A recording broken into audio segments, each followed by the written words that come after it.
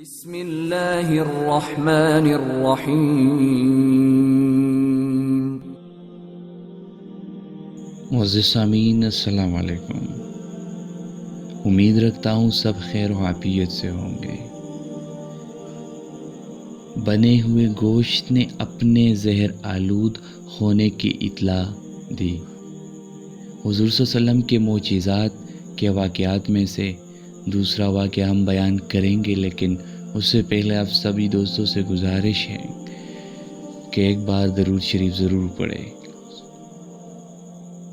خیبر میں سلام بن مشکم یہودی کی بیوی زینب بنت الحارث نے بکری کی بنی ہوئی ران میں زہر ملا کر حضور صلی اللہ علیہ وآلہ وسلم کی خدمت میں پیش کیا۔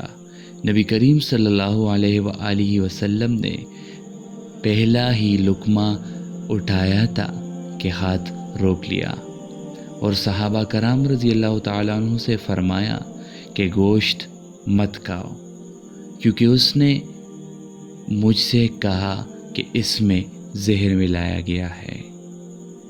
زینب یہودیہ کو بلا کر پوچھا گیا تو اس نے اپنے فعل بد کا اقرار کر لیا۔ یہ حدیث صحیح مسلم سے لیا گیا ہے۔